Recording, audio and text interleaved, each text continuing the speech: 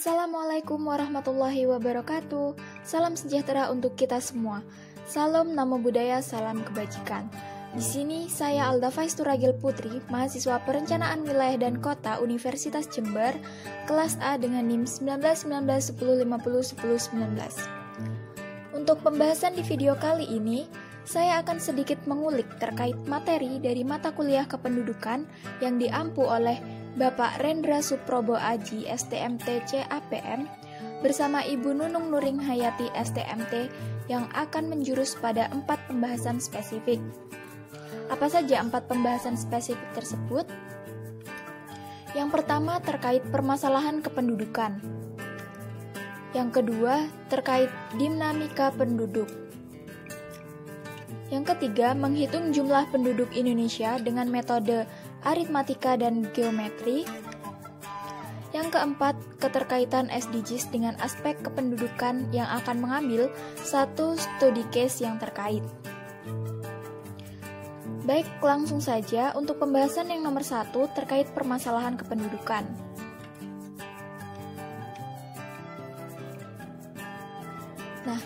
Terkait permasalahan kependudukan, jumlah penduduk di Indonesia masuk dalam 4 besar negara dengan jumlah penduduk terbesar di dunia, dengan jumlah 2.057.912.349 jiwa pada tahun 2017. Dengan meningkatnya jumlah penduduk yang signifikan, terdapat permasalahan kependudukan, yaitu yang pertama, ketersediaan bahan pangan yang terbatas. Selanjutnya, sarana perumahan dan tempat tinggal kurang memadai, fasilitas pelayanan umum yang kurang memadai, angka pengangguran yang tinggi, serta angka kriminalitas yang tinggi. Nah, dari keempat permasalahan utama terkait kependudukan, tentu masing-masing permasalahan tersebut disebabkan oleh faktor tertentu dan juga mempunyai solusi dari masing-masing permasalahannya. Selanjutnya, mari kita kupas faktor penyebab serta bagaimana solusinya. Untuk pembahasan yang pertama, yakni terkait permasalahan tentang keterbatasan bahan pangan. Dilansir dari CNN Indonesia memperingati Hari Ketahanan Pangan Dunia tahun 2020, Indonesia dihadapkan pada tantangan yang semakin kompleks. Salah satu di antaranya yaitu tentang ketahanan pangan atau ketersediaan pangan yang terbatas. Dalam hal ini, Agung Hendriadi selaku Kepala Bagian Ketahanan dan Pangan Kementerian Republik Indonesia menjelaskan bahwa pemerintah tetap berkomitmen untuk menyediakan kebutuhan pangan yang mencukupi kebutuhan masyarakat Indonesia. Namun saat ini yang menjadi kekhawatiran yaitu terkait beberapa faktor, yaitu tentang peruntukan lahan yang tidak sesuai seperti lahan tani yang menjadi lahan terbangun. Nah, hal tersebutlah yang menjadi faktor utama dari keterbatasan pangan yang terjadi di Indonesia. Jadi terkait permasalahan tersebut, adapun solusinya, solusi dari permasalahan dan faktor penyebab terjadinya keterbatasan pangan tersebut dapat dilakukan dengan pemanfaatan atau optimalisasi lahan-lahan baru, seperti contoh yang telah dilakukan oleh pemerintah, yakni di Kalimantan Tengah terdapat kurang lebih 30.000 hektar yang telah menjadi program pemerintah untuk pengoptimalisasian lahan. Tak hanya itu, dengan menerapkan sistem pertanian berkelanjutan, juga menjadi solusi yang baik untuk mengatasi permasalahan dari keterbatasan pangan. Mengingat fokus pertanian saat ini hanya pada pertanian padi. Jadi dengan pertanian berkelanjutan, fokus pertanian tidak hanya pada penanaman padi, namun juga bahan pokok lain yang mendukung kebutuhan pangan di Indonesia.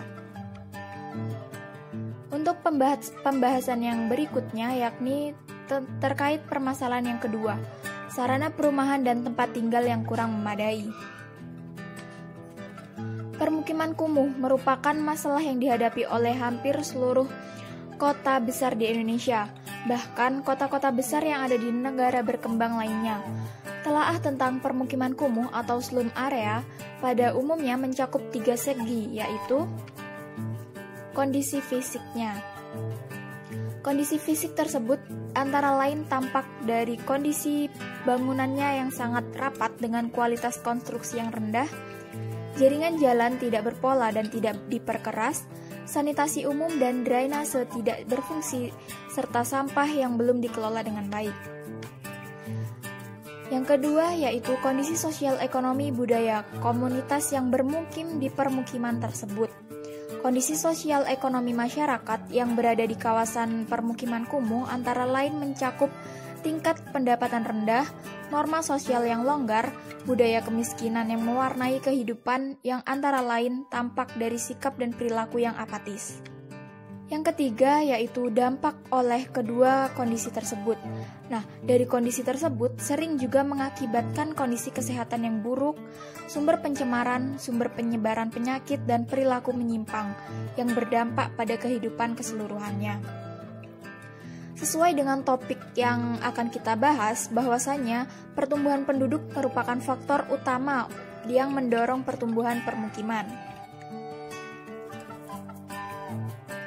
Jika pertumbuhan lingkungan permukiman kumuh ini dibiarkan, derajat kualitas hidup masyarakat miskin akan tetap rendah, akan mudah menyebabkan kebakaran, memberi peluang tindakan kriminalitas, terganggunya norma tata susila, tidak teraturnya tata guna lahan, dan sering menimbulkan banjir yang akhirnya menimbulkan degradasi lingkungan yang semakin parah.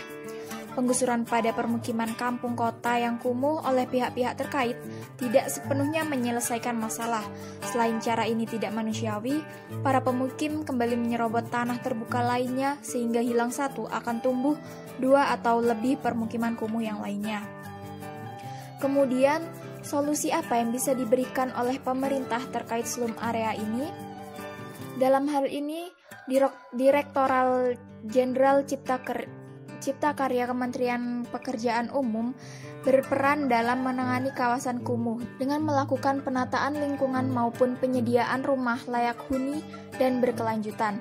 Menjawab tantangan tersebut, pemerintah memberikan fasilitas pembangunan prasarana dan sarana dasar permukiman seperti air minum, sanitasi, jalan lingkungan, revitalisasi kawasan, dan peningkatan kualitas permukiman, serta penyediaan rumah susun sederhana, sewa atau rusunawa. Selanjutnya untuk permasalahan yang ketiga terkait fasilitas kesehatan, pendidikan, dan fasilitas lain yang kurang memadai. Peran fasilitas penunjang, sarana dan prasarana dalam suatu kota atau daerah sangatlah penting demi kesejahteraan masyarakat. Hubungan terkait pertumbuhan penduduk dan ketersediaan fasilitas penunjang masyarakat saling keterkaitan, di mana dalam satu fasilitas umum mempunyai jangkauan standar pelayanan berdasarkan jumlah penduduk. Ketika penduduk semakin bertambah, maka status jangkauan suatu fasilitas harus bertambah pula. Namun untuk saat ini tidak terkendalinya pertumbuhan penduduk didukung pula dengan keterbatasan dana dari pemerintah yang menjadi faktor utama fasilitas umum ini kurang memadai. Solusi dari permasalahan tersebut adalah dengan melakukan pemerataan pembangunan fasilitas pelayanan umum. Selanjutnya untuk pembahasan yang keempat dan kelima terkait angka pengangguran dan kriminalitas yang tinggi. Angka pengangguran yang tinggi akan berdampak pada tingkat kriminalitas yang tinggi pula. BPS menjelaskan bahwa ada kenaikan jumlah pengangguran di tahun 2017, yakni sebesar 10.000 jiwa menjadi 7.004 juta jiwa pada Agustus 2017 dari Agustus 2016. Dalam hal ini, faktor utama yang menjadi angka pengangguran dan kriminalitas yang tinggi ini terjadi disebabkan karena pertumbuhan penduduk yang tidak terkendali merupakan faktor utama yang terpenting yang harus dapat dipecahkan. Yang kedua, ketersediaan lapangan pekerjaan yang sedikit. Yang ketiga, yang didukung dengan kurangnya kesadaran diri dari masyarakat akan pentingnya pendidikan untuk meningkatkan kualitas SDM. Kemudian untuk solusi dari permasalahan tersebut, yakni yang pertama, dari pemerintah dan perusahaan swasta diharapkan dapat membuka lapangan pekerjaan yang baru untuk mengurangi lapangan pekerjaan. Kemudian, memperbaiki pertumbuhan ekonomi makro. Pertumbuhan ekonomi makro akan merangsang penciptaan lapangan kerja dan membawa dampak positif bagi kaum muda yang menganggur. Selain hal tersebut, yang penting dari keduanya adalah dengan memperbaiki kualitas sumber daya manusia masyarakatnya dengan memajukan kualitas pendidikan di Indonesia.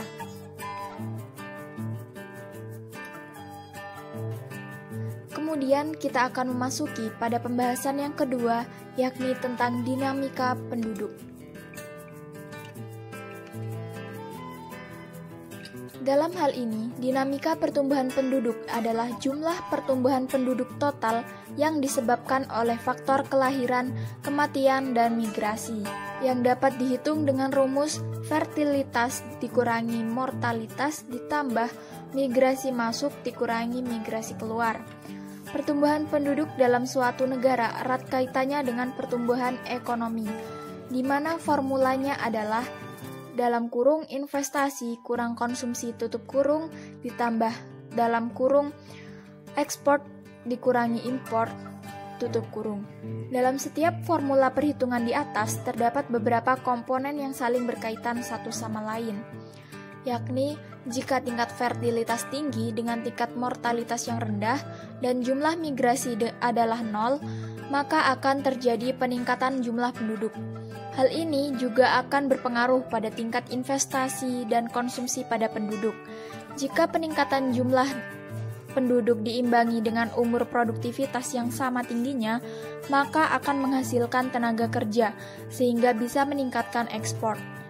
Selanjutnya, rendahnya mortalitas menunjukkan semakin tinggi angka harapan hidup seseorang yang dapat berpengaruh terhadap tingkat kesehatan produktivitas seseorang. Sebaliknya, jika tingkat mortalitas tinggi dengan tingkat fertilitas yang rendah dan migrasi adalah 0, akan menyebabkan penurunan jumlah penduduk. Jika produktivitas menurun, maka pertumbuhan ekonomi juga akan menurun.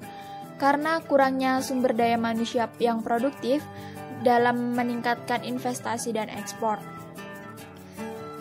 Yang terakhir, jika tingkat fertilitas dan mortalitas adalah 0 dan migrasi lebih besar daripada emigrasi, akan terjadi peningkatan jumlah penduduk. Dan begitu pun sebaliknya, jika migrasi lebih kecil daripada emigrasi, maka jumlah penduduk akan berkurang. Baik, untuk pembahasan yang ketiga yakni terkait menghitung jumlah penduduk menggunakan metode aritmatika dan metode geometri. Dalam perhitungan tersebut dapat diketahui yang pertama, jumlah penduduk pada tahun 1990 sejumlah 147,5 juta jiwa dan jumlah penduduk pada tahun 2000 adalah sejumlah 179,3 juta jiwa dan tingkat pertumbuhan penduduk sejumlah 1,97% yang didesimalkan menjadi 0,0197. Ditanya jumlah penduduk pada tahun 2010 dan 2020 menggunakan metode aritmatika dan geometri. Yang A menggunakan metode aritmatika. Dengan PT atau jumlah penduduk pada tahun 2010 menggunakan rumus P0 dalam kurung 1 ditambah RT. Dengan P0 sebesar 179,3 yang merupakan jumlah penduduk pada tahun 2000 dan 1 ditambah 0,0197 yang merupakan R yakni tingkat pertumbuhan penduduk dikali 10 yang merupakan T yakni jumlah atau periode waktu yang berarti menghasilkan jumlah penduduk pada tahun 2010 sebesar 201.622.100 jiwa. Untuk yang PT20 atau jumlah penduduk pada tahun 2020 menggunakan rumus yang sama menghasilkan jumlah penduduk sebesar 294.944.200 jiwa. Selanjutnya menggunakan metode geometrik. Untuk PT10 atau jumlah penduduk pada tahun 2010 menggunakan rumus P0 dalam kurung 1 ditambah R pangkat T dengan P0 sejumlah 179,3 yang merupakan jumlah penduduk pada tahun 2000 dalam kurung 1 ditambah 0,0197 yang merupakan R yakni tingkat pertumbuhan penduduk dipangkatkan 10 yang merupakan periode waktu yang menghasilkan jumlah penduduk sebesar 217.923.709 jiwa. Untuk PT20 atau jumlah penduduk pada tahun 2020 menggunakan rumus yang sama menghasilkan jumlah penduduk sebesar 264.867.501 jiwa. Dari beberapa rumus di atas, untuk keterangan lebih lanjutnya, yakni untuk PT adalah proyeksi penduduk di masa depan, P0 adalah penduduk tahun awal, dan R adalah angka pertumbuhan penduduk tahunan, serta T merupakan waktu atau periode. Untuk pembahasan selanjutnya, yakni pembahasan yang keempat terkait keterkaitan SDGs 11 dengan aspek kependudukan yang akan mengambil satu studi kasus terkait. Untuk SDGs yang ke-11 yang merupakan kota dan komunitas yang berkelanjutan, menjadikan kota dan permukiman inklusif, aman, tangguh, dan berkelanjutan. Menciptakan kota yang aman dan berkelanjutan berarti memastikan akses pada perumahan yang aman dan terjangkau, serta memperbaiki permukiman kumuh. Pada tahun 2030, menjamin akses bagi semua terhadap perumahan yang layak, aman, terjangkau, dan pelayanan dasar, serta menata kawasan kumuh. Studi kasus yang diambil untuk melengkapi dari pembahasan terkait keterkaitan SDGs yang ke-11 dengan aspek kependudukan adalah peningkatan kapasitas Forum Anak Tangerang Selatan mengenai pembangunan kota dan komunitas berkelanjutan. Lalu, apa sih keterkaitan dari studi case tersebut dengan aspek kependudukan? Nah, dari studi kasus keterkaitan antara keduanya memunculkan sebuah problem dan solusi. Untuk yang pertama terkait problem, isu kependudukan yang terjadi pada wilayah objek penelitian merupakan segala isu permasalahan yang terjadi berakar pada kependudukan, seperti pemerintah yang harus lebih memperhatikan kondisi lingkungan di tengah pertumbuhan pemukiman yang tinggi di Tangerang Selatan agar tidak menjadi kumuh, masalah kebersihan sampah dan air bersih, juga pembuangan, dan identitas kota yang tidak jelas. Untuk solusinya yakni keterkaitan isu-isu tersebut terhadap SDGs poin 11 adalah poin sosial penduduk, struktur penduduk, serta kebudayaan penduduk, memberikan dampak besar terhadap permasalahan yang terjadi pada sebuah kota. Maka dari itu, untuk mengatasi isu-isu permasalahan tersebut, terdapat program pengabdian kepada masyarakat atau PKM dalam rangka mensosialisasikan tujuan ke-11 SDGs mengenai pembangunan kota dan permukiman atau komunitas berkelanjutan pada Forum Anak. Mungkin itu saja materi yang dapat saya sampaikan terkait 4 spesifik pembahasan pada materi kuliah kependudukan, yakni permasalahan kependudukan, dinamika pertumbuhan penduduk, menghitung jumlah penduduk Indonesia dengan menggunakan metode aritmatika dan geometri, serta keterkaitan SDGs dengan aspek kependudukan yang akan mengambil satu studi case yang terkait. Terima kasih atas perhatiannya. Sampai ketemu di video berikutnya.